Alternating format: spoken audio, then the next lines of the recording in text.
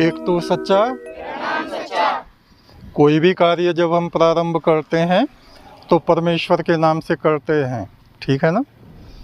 आप पढ़िए, ऊपर पढ़ के बताइए क्या लिख रहा है।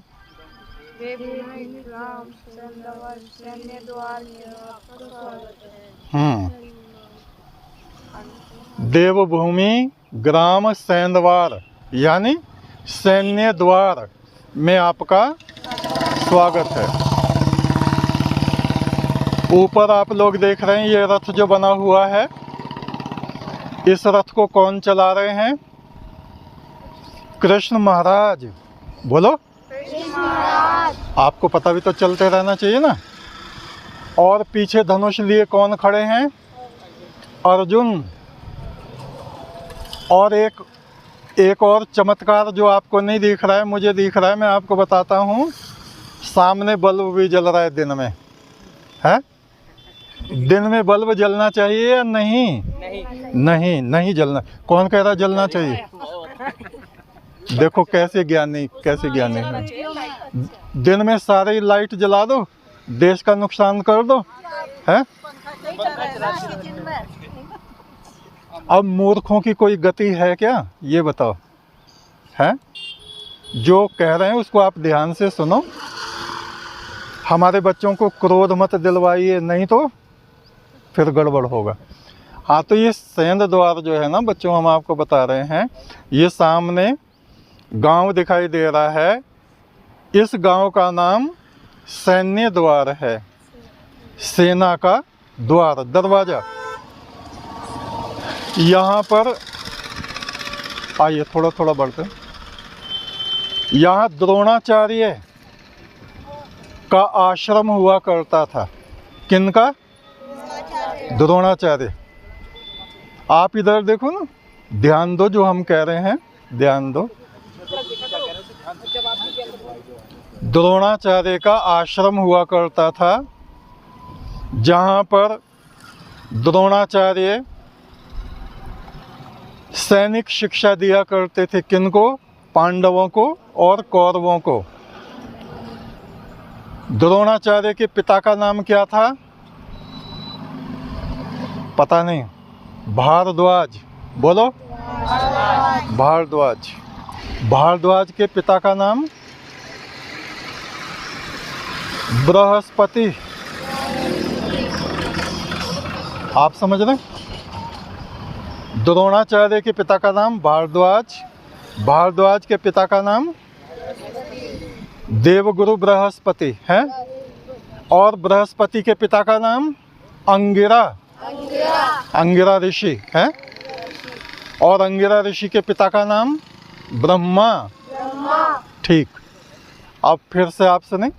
ब्रह्मा के पुत्र हुए अंगिरा ऋषि, अंगिरा ऋषि के पुत्र हुए बृहस्पति, देवगुरु बृहस्पति, बृहस्पति के पुत्र हुए भारद्वाज, भारद्वाज के पुत्र हुए द्रोणाचार्य, द्रोणाचार्य, और द्रोणाचार्य के पुत्र थे अश्वत्थामा, जिनके मस्तक में मणि थी, और अश्वत्थामा ने सोते हुए पांडवों के पुत्रों को, द्रौपदी के 5 पुत्रों को मार दिया था।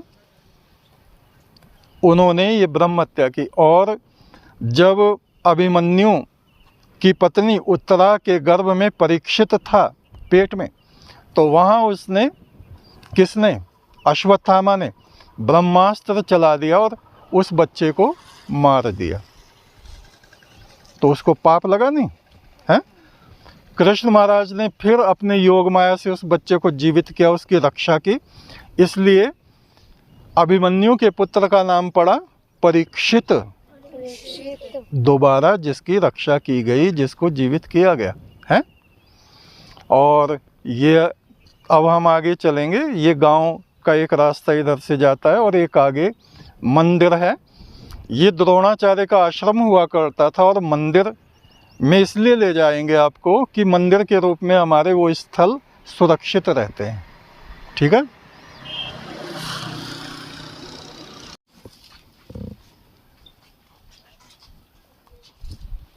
एक तो सच्चा, तेरा नाम सच्चा, इतिहास के जो पन्ने हैं, सनातन धर्म का इतिहास हमारे मंदिरों के रूप में सुरक्षित है। बाकी स्थान तो नष्ट हो जाते हैं, किले हैं, महल हैं, आश्रम हैं, 5-5.5 हजार वर्ष पुराने, वे इमारतें नष्ट हो जाती हैं। उनके ऊपर बार बार मंदिरों का निर्माण किया जाता है।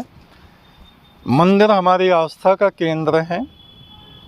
ये द्रोणाचार्य जी का स्थान है, उनका आश्रम समझिए। ये पूरा गांव उसी आश्रम का विस्तार है। 5000 वर्ष के बाद वो बातें तो नहीं हैं, लेकिन वो चिन्ह यहाँ पे मौजूद हैं। और अब हम आपको ले चल रहे हैं, आइए।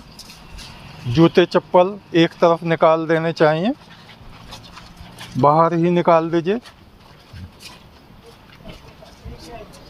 एक साइड निकाल दो जी।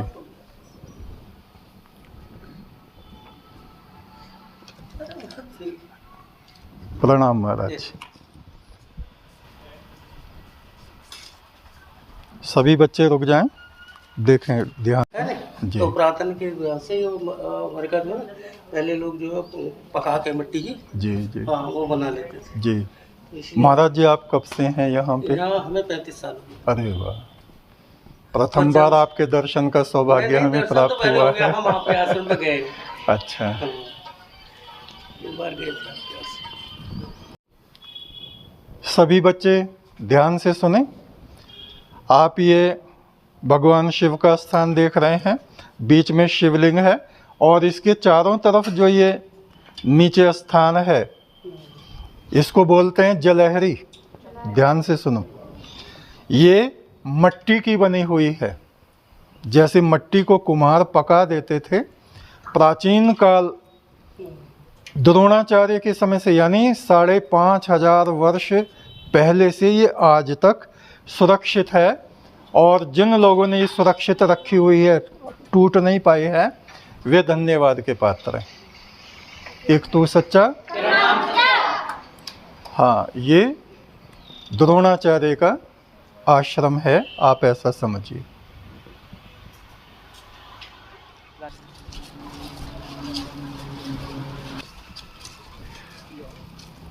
सभी बच्चे इधर खड़े हो जाओ, आपका एक वो हो जाएगा फोटो। द्रोणाचार्य के पास खड़े होइए, चलो चलो चलो।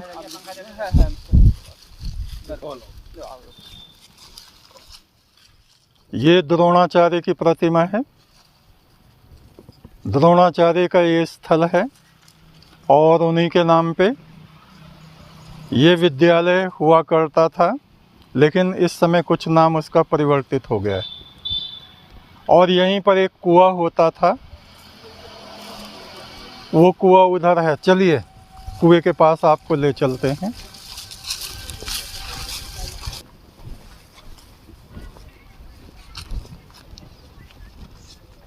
इतिहास के पन्ने, यहाँ आप देखिए, यहाँ पर पहले एक कुआं हुआ करता था,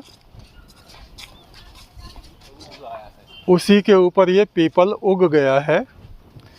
एक बार यहाँ खेलते खेलते जो पांडव थे, अर्जुन वगैरह भाई, उनकी गेंद यहाँ गिर गई थी कुएं में। तो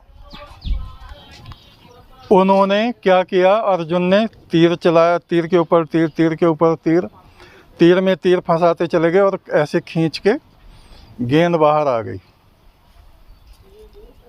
ऐसे थे वे। आप लोग भी चक्कर लगा लो, फिर हम बताएंगे कि चक्कर क्यों लगाते हैं पीपल के। आइए हमारे साथ आइए। बंदर भी हैं, बंदरों से सावधान रहना। ये लकड़ी हटा दो।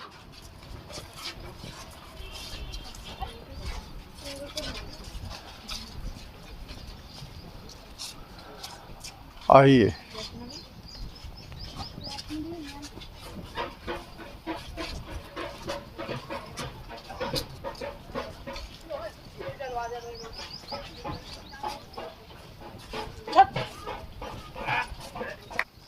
हमारे भारतवर्ष में पीपल के चक्कर लगाने को धार्मिक क्रिया क्यों समझा जाता है? इसके पीछे एक विज्ञान है। क्या विज्ञान है? जैसे हम चक्कर लगाएंगे, कोई कोई तो 1 चक्कर लगाते हैं, कोई 3 चक्कर लगाते हैं, कोई 7 चक्कर लगाते हैं और कोई 108 चक्कर भी लगाते हैं। और हमारी माताएं इसके चारों तरफ धागा लपेटते हैं, तो वो धागे लगाते लगाते चक्कर उनको लगाने पड़ते हैं। उसका कारण, वैज्ञानिक कारण ये है कि ये जो पीपल है दिन में भी रात में भी ऑक्सीजन छोड़ता है। क्या छोड़ता है? ऑक्सीजन। और हम जो छोड़ते हैं सांस के बाहर, क्या छोड़ते हैं? Carbon dioxide. हाँ बताओ। कार्बन डाइऑक्साइड, जो कि गंदी हवा होती है, और ये हमेशा शुद्ध वायु ऑक्सीजन को छोड़ता है। तो जिनको हार्ट प्रॉब्लम होती है, कहीं कोई पत्ता पड़ा है? उठाओ, एक पत्ता उठाओ। ये गंदा हो रहा है, ये पीपल का नहीं है। ये बंदरों से सावधान रहना। ये देखिए, ये बिल्कुल फ्रेश पत्ते हैं। और जिनको हार्ट प्रॉब्लम होती है, एक तो वो चक्कर लगाने से हमारी सांस थोड़ी ऐसे हाँफने लगते हैं, तो ज़्यादा लंबा लंबा हम सांस लेते हैं तो ऑक्सीजन हमारे भीतर ज़्यादा प्रवेश करती है, तो जो सांस की समस्या जिसको होती है उनकी वो समस्या समाप्त हो जाती। और अगर हार्ट प्रॉब्लम किसी को है तो क्या करते हैं, इन पत्तों को ऐसे हृदय के निकट रखते हैं थोड़ी देर, उससे हार्ट प्रॉब्लम, हृदय की समस्या दूर हो जाती है, समाप्त हो जाती है। ये प्राचीन विज्ञान हमारे महर्षि संतजन जानते थे और उन्होंने ही ये नियम बनाए कि आप ऐसे करो, चक्कर लगाओ, और ऐसे पत्ते हाथ में भी रख सकते हैं, तो उससे हमारी धमनियाँ, जो नसें होती हैं, उसका भी प्रवाह जो बंद है वो खुल जाता है। एक तो सच्चा। चलिए, ये यात्रा पूरी हुई। यहाँ से आगे हम चलेंगे जहार दीवान जी के यहाँ गंज। आइए।